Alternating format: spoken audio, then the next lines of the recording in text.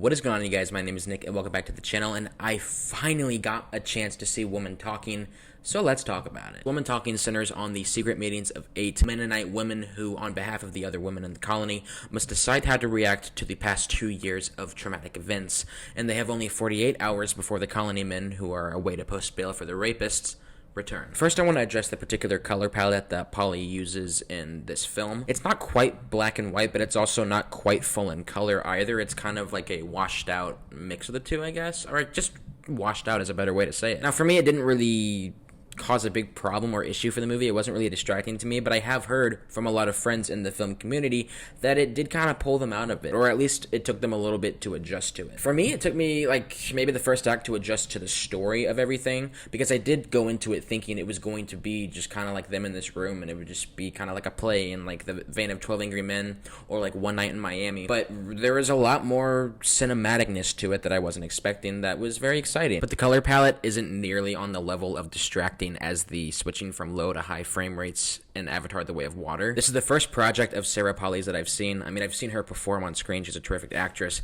but this is the first time I've seen her do anything behind the camera and on the page, and let me say, she is a natural. Speaking behind the camera first, Sarah, coming from a background of acting, she really understands how to cover her performers on screen. She understands how her performers feel because she's been in that mindset before. So when there are moments of extreme emotion, whether that be through a extremely long monologue or through just a character quietly breaking down in front of other people, she doesn't cut away from it. She lets the camera sit on that performer and we marinate with it, and by her doing that, it invites us, the audience, to kind of connect more emotionally with this character. Outside of her excellent performer coverage, she ends every scene with very poetic imagery regarding to what's happening in the narrative, and it just adds to the complexity of it all. Now, on the flip side of that, we have Sarah's work on the page, and her script is flawless from beginning to end, and she is no doubt going to win the award for Best Adapted Screenplay this year. There are so many little moments in the script that reveals key information about our characters just through simple objects, facial expressions, or just moments of silence. And that's all attributed to Sarah's extreme understanding of the material that she's working with. And if you're looking for a script that you want to study, Woman Talking should definitely be on that list. Ben Whishaw, who, if you guys don't really know who I'm talking about, if you've seen any of the most recent Daniel Craig James Bond films, he plays Q in those movies. He is just absolutely devastating to watch on screen. And it just baffles me that, no offense to Barry Keoghan from Banshees of Inisherin, he got in for a supporting actor nomination, and he just didn't really do anything in that movie that impressed me. But Ben Wishaw's entire performance in this film is nothing but an Oscar clip. It's just wild to me that any performer in this film didn't get nominated. I'm not asking for every person to get an Oscar nom in this, but at least have a couple. Like, I would be okay with a Claire Foy Ben Whishaw combo, or a Jessie Buckley and Ben Whishaw combo if you preferred her over Claire, but just something, some sort of recognition. I mean, the damn film's nominated for Adapted Screenplay and Best Picture. How could we not get at least one acting nomination in here? But Ben, if you're watching this, just know, I understand. I understand your talent. You were fucking amazing in this movie. Anyways, I also really appreciate the film's perspective on men. It's more complex. I also really appreciate the film's perspective on men. It's much more complex than what I thought it would be, just given the premise of the film. I thought it would be just very one-noted and one-dimensional, but thankfully, Polly takes it in a different direction that leaves the audience with a sense of hope at the very end, despite the violent, atrocious, disgusting crimes that are committed to these women.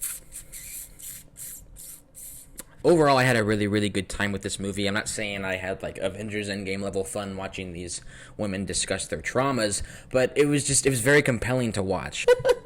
I had to clarify, because I can't say I had a great time watching these people cry for an hour and a half. It is easily one of the best films of 2022, and I'm still kicking myself to this day for not being able to see it. Last year, it just didn't release anywhere near me because I live in the butt-fuck middle of nowhere. But if I had gotten a chance to see it last year, it would definitely be on the top 10 of the year, but I digress. I'm going to give Woman Talking a 5 out of 5. Yes, a 5 out of 5, a score that I haven't given to a single movie in almost an entire year since I saw Everything Everywhere All at Once. But this movie truly does deserve it. Victoria's gonna roll in her grave when she hears that. Have you you guys gotten a chance to see Woman Talking, I'm sure you have. It's been out for almost an entire year everywhere but where I'm at. So feel free to leave your thoughts and opinions in the comment section below, and let's talk all about it. Thank you guys all so much for watching, and if you are here at 150 subscribers, I really do appreciate the hell out of every single one of you guys. I really do appreciate it. This is just the beginning. Stay tuned because I have a lot of fun videos planned. I will get that reading comments video to you guys by the end of next week. I'm very excited for you guys to see that. I just want to put a lot of effort into it, so it's a good video for you guys. But yeah, that's going to be all for me for today, you guys. Please stay safe out there, and I'll see you in the next one. Peace. If you guys have been watching the channel, you know that that type of comedy is not common within the channel. It's just something new that I tried out, and I hope you guys liked it.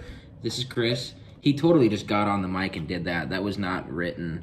But Yeah, there was a typo in his script. I mean, there wasn't a typo. You just can't fucking read. Yeah, I can't fucking read. All right, all right, guys. Thank you for watching. Peace.